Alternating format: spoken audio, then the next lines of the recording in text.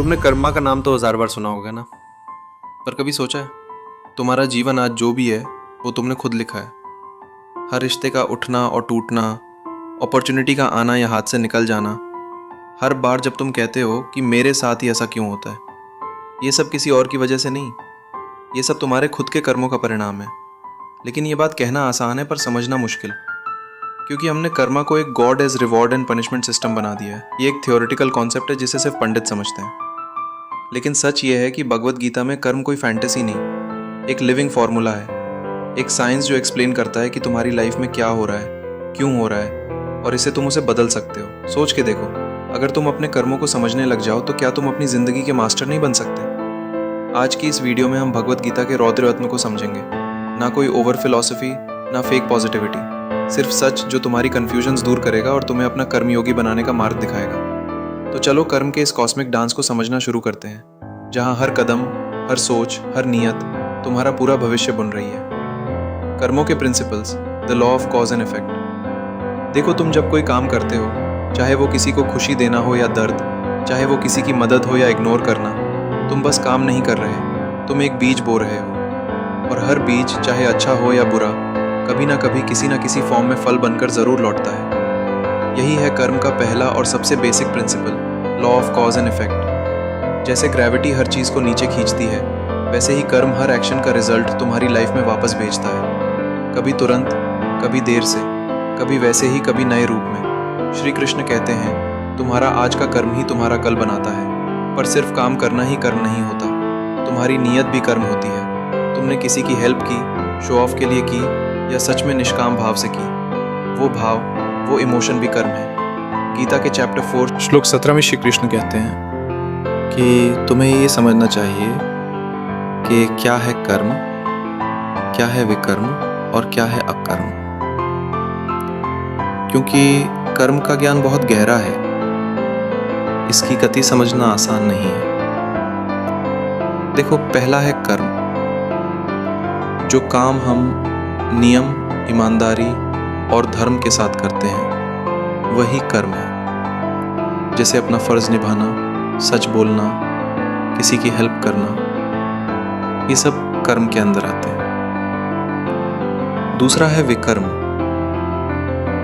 विकर्म वो गलत काम होते हैं जो हमें नहीं करने चाहिए, लेकिन हम फिर भी करते हैं। जैसे चोरी करना, झूठ बोलना, किसी के लिए बुरा सोचना या उन्हें दुख तकलीफ देना, ये सब विकर्म के अंदर आता है।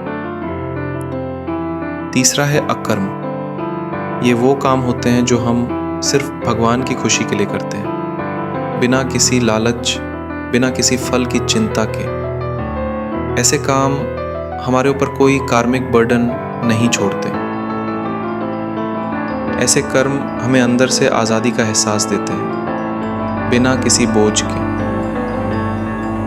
तो तुम्हारा सोचना भी कर्म है, नियत भी कर्म है, और चुप रहना भी कभी कभी कर्म होता है। तुम कुछ करो या ना करो, तुम्हारा हर मोमेंट एक एक्शन है, और उसका रिएक्शन तुम्हारी लाइफ में लिखा जा रहा है। और सबसे गहरी बात, तुम्हारे सभी कर्म, अच्छे हों या बुरे, सब रिकॉर्ड होते हैं, चाहे दुनिया ने देखा या नहीं देखा। पर ये प्रकृति सब देख रही है, हमेशा से। समझ रहे हो ना? कर्मा कोई धार्मिक या फिलोसॉफिकल बात नहीं है, ये एक लिविंग लॉ है जो हर इंसान के ऊपर काम कर रही है, बिना रुके, बिना भूले। अगर तुम चाहो तो इस लॉ को समझ के अपनी पूरी ज़िंदगी का डायरेक्शन बदल सकते हो, और यही समझ एक सीकर को एक कर्म योगी बनाती है। तो चलिए अब जानते हैं karma in action, how it saves our lives. कई बार हम कहते हैं ना, मुझे समझ नहीं आता कि मेरी लाइफ में ऐसा क्यों हो रहा। कुछ लोगों को सब कुछ बहुत आसानी से मिल जाता है, और कुछ लोग चाहे जितनी भी मेहनत कर लें, कितना भी हाथ पैर मार लें, स्ट्रगल उनका पीछा नहीं छोड़ता। किसी के रिश्ते बार बार टूट जाते हैं, तो कोई बिना कुछ किए भी सफल हो जाता है। और ये सब देख के हम साला कंफ्यूज्ड, हम सोचने लगते हैं कि मैं क्या गलत कर, है ना? देखो, सवाल ये नहीं होना चाहिए कि तुम क्या गलत कर रहे हो, बल्कि सवाल ये होना चाहिए कि तुमने कब क्या ऐसा किया था जो अब सब तुम्हारे सामने आ रहा है। इसीलिए बोलते हैं जैसा करोगे वैसा भरोगे। कर्मा सिर्फ एक नियम नहीं बल्कि जीवन का सत्य है। श्री कृष्ण कहते हैं कोई भी कर्म से नहीं बच सकता, पर हर इंसान के पास ये चुनने का अधिकार है कि वो कैसे कर्म करे। यानी तुम्हारे पास आज जो भी है, चाहे वो अच्छा हो या बुरा, वो तुम्हारे ही पुराने कर्मों का रिफ्लेक्शन है। समझ रहे हो ना? तो आओ अब जानते हैं टाइप्स ऑफ कर्म।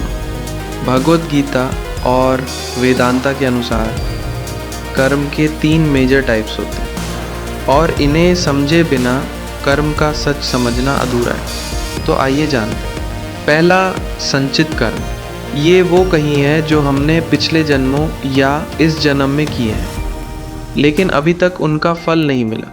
ये एक स्टोरेज जैसा होता है जिसमें हमारे अच्छे और बुरे दोनों कर्म जमा होते हैं, और जब समय आता है तो हमें इन कर्मों का फल डेस्टिनी के रूप में मिलता है। दूसरा, प्रारब्ध कर्म।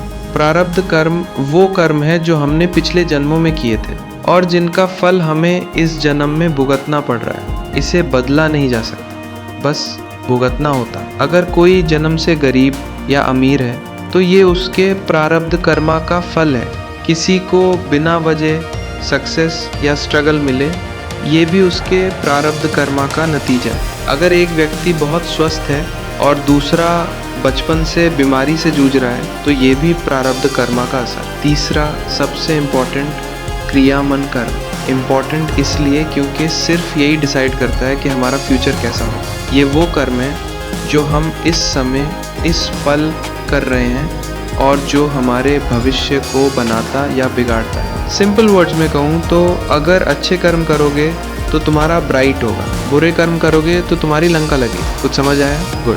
तो अब इतना समझने के बाद आप में से कई लोगों के मन में ये सवाल ज़रूर उठा होगा, क्या हम अपने आज के अच्छे कर्मों से अपने पास्ट लाइफ्स के बुरे कर्मों का इफ़ेक्ट रिप्लेस कर सकते हैं? तो जवाब है नहीं, हम उसे रिप्लेस नहीं कर सकते।